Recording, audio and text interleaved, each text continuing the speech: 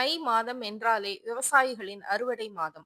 ஜனவரி 15ஆம் தேதி வியாழக்கிழமை தைப்பொங்கல். மறுநாள் தை முதல் வெள்ளிக்கிழமை அன்றைய தினம் அம்பிகை அல்லது மகாலட்சுமியை விரதம் இருந்து பெண்கள் வழிபடுவது குடும்பத்தில் ஒற்றுமை, மன அமைதி, மேலும் செல்வ வளம் தரும் என்பதும் ஐதீகம்.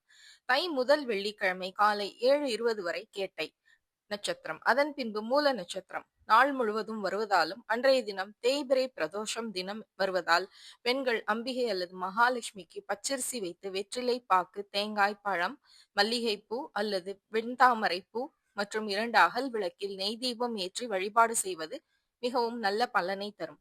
தை மாதம் ஜனவரி 16, 23, 30, 6 என 4 தை வெள்ளிக்கிழமை வருகிறது.